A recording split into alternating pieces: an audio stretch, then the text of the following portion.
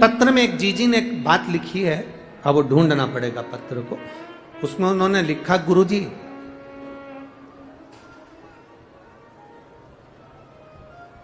मान लो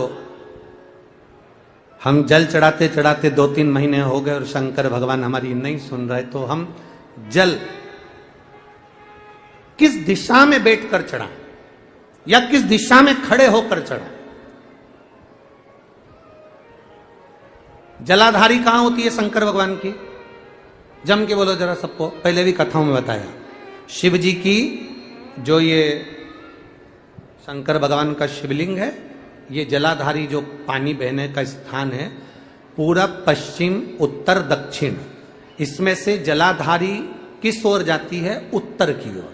कहां जाती है? जम के बोलो जरा, उत्तर की ओर। केवल भारत की भूमि पर एक शिवलिंग ऐसा है जिसकी जलाधारी दक्षिण की ओर है, वो केवल उज्जैनी के कालाधिपति महाकाल बाबा हैं, जिनकी जलाधारी दक्षिण में है। बाकी के दुनिया में जितने आपको शंकर के मंदिर मिलेंगे, जितने शिवालय मिलेंगे, सबकी जलाधारी कहां पर रहेगी? जम के बोलो जरा, उत्तर में। उत्तर की ओर जलाधारी रहेगी, उत्तर में। पूरब पश्चिम में नहीं, दक्षिण में नहीं, उत्तर की ओर जलाधारी रहती है। तो बेटी ने पूछा कि गुरुदेव अगर मान लो हमें जल चढ़ाता चढ़ाता इतना दिन हो गया और बाबा नहीं सुनी दिया, तो हम कई करें?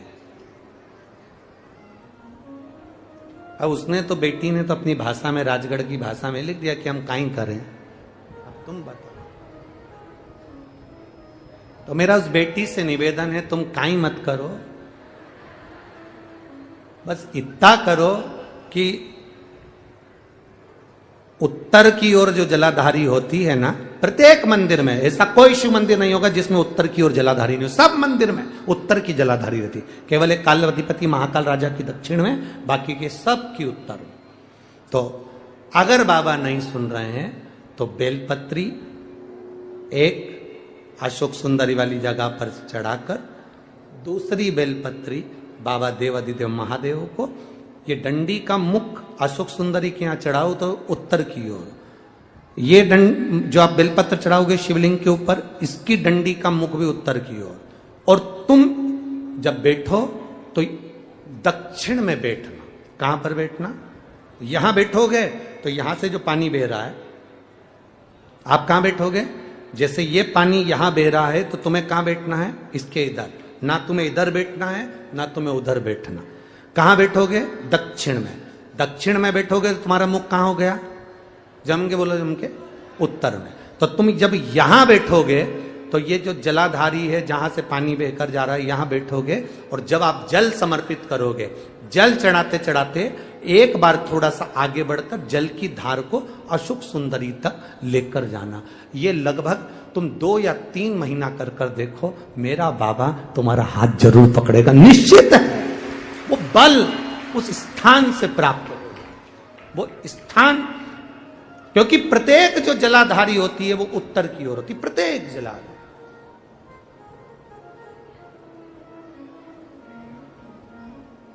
शंभो शरणे मांगू घड़ी रे, दुख काटो दया करी ने दर्शन। 2 बेलपत्र समर्पित करना है। बेलपत्र की डंडी कहां होना चाहिए? अशोक सुंदरी पर चढ़ाओगे वो वाली, उसकी डंडी कहां हो? उत्तर की ओर। शिवलिंग पर जो बेलपत्र चढ़ाओगे उसकी डंडी कहां हो?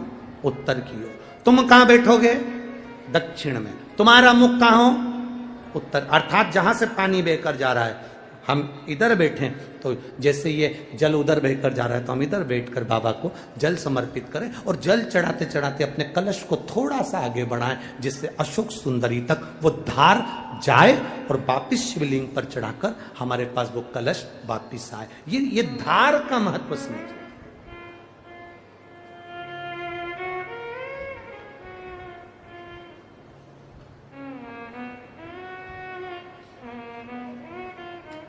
एक बार ये कथा हमने कह दी एक जगह पर, तो किसी व्यक्ति ने पूछा, गुरुजी ऐसा भी होता है कि जल चढ़ाने का भी नियम होता है, यहाँ चढ़ाओ वहां चढ़ाओ? हमने कहा देखो, एक व्यक्ति वो होता है जो नौकरी में रहता है, नौकरी में रहता है, बैंक में नौकरी कर रहा है, पुलिस में नौकरी कर रहा है, सरकारी नौकरी कर रहा है, स्कूल में नौकरी कर रहा है, तो वो व्यक्ति की जब तक नौकरी रहती है वो कुर्सी पर बैठता है, सिग्नेचर करता है, तो उसकी बात मानना पड़ती, क्योंकि उसका सिग्नेचर हो गया। और वही व्यक्ति जब रिटायर हो जाता है और रिटायर होने के बाद अपनी कुर्सी पर आके बैठ के सिग्नेचर कर दे, तो उसका सिग्नेचर मायने रखाएगा? बोलो जम के। वो किसी को सस्पेंड कर दे तो बात आएगी, भले कितना बड़ा भी ऑफिसर हो, पहले तो तू रिटायर हो गया, रिटायर होने के बाद तू किसी को सस्पेंड नहीं कर सकता। कुर्सी जब तक तेरे पास है, पद जब तक तेरे पास है, तू जब तक नौकरी पर है, तेरे सिग्नेचर का मूल है। तो ऐसा हमारे यहां भी स्थान बताए गए कि यहां बैठकर जब आप सिग्नेचर करोगे, मतलब यहां बैठकर जब आप जल चढ़ाओगे, तो वो जल मेरा महादेव स्वीकार करता है और उससे तुरंत फल की प्राप्ति हो जाती है। ये सिग्नेचर।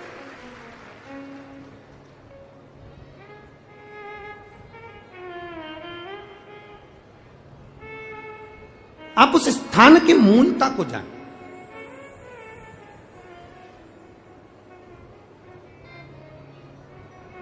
तैतीस कोटि देवता जहां से जल बहता है उत्तर की ओर, 33 कोटि देवता विराजमान होते हैं। हम कई बार जल चढ़ाते हैं, तो हमारी आदत क्या होती है, कई बार जल चढ़ाने वाले जितने लोग हैं, जैसे हमारी आदत क्या है, ये शिवलिंग है, ये जलाधारी, तो हम यहां बैठ जाते हैं। कहां बैठते हैं? यहां बैठ गए। यहां बैठ के हमने जल चढ़ाया, तुम्हें लगता है ना शंकर जी हमारे सामने होना चाहिए, तो हमने यहां बैठ के जल चढ़ा दिया। जल चढ़ाया, अब आप चढ़ा तो रहे हो, ठीक है, पर स्थान की मूलता, यहाँ जो कुर्सी है, यहाँ जो स्थान है, उस पर बैठकर कोई प्रधानमंत्री, मुख्यमंत्री, आदि अध्यक्ष, उपाध्यक्ष, विधायक आदि, इसकी जो कुर्सी होती है, कुर्सी साधारण स्थान की मूलता है कि तुम बैठे कहां हो। जल चढ़ाते समय, तुम बाबा से कहते समय, तुम्हारी भाव कहां पर है, किस स्थान पर बैठकर आप क्या कह रहे हो। एक व्यक्ति चौराहे पर खड़ा होकर खूब भाषण दे, खूब के, लोग उसकी बात मानेंगे क्या? जम के बोलो जरा, नहीं। और वही व्यक्ति जब किसी व्यास गादी पर बैठ जाए, किसी स्थान पर बैठ जाए, जब वो अपने भगवान की बात करे, ज्ञान की बात करे, तो लोग उसकी बात मानते, थोड़ा बहुत मानेंगे, पर मानेंगे जरूर। सबको मालूम है ये बड़बड़ करे, फिर भी अच्छी जगह पर बैठा, स्थान पर बैठा, उसकी मूलता, उस गादी की मूलता, उस स्थान की मूलता बढ़ गई।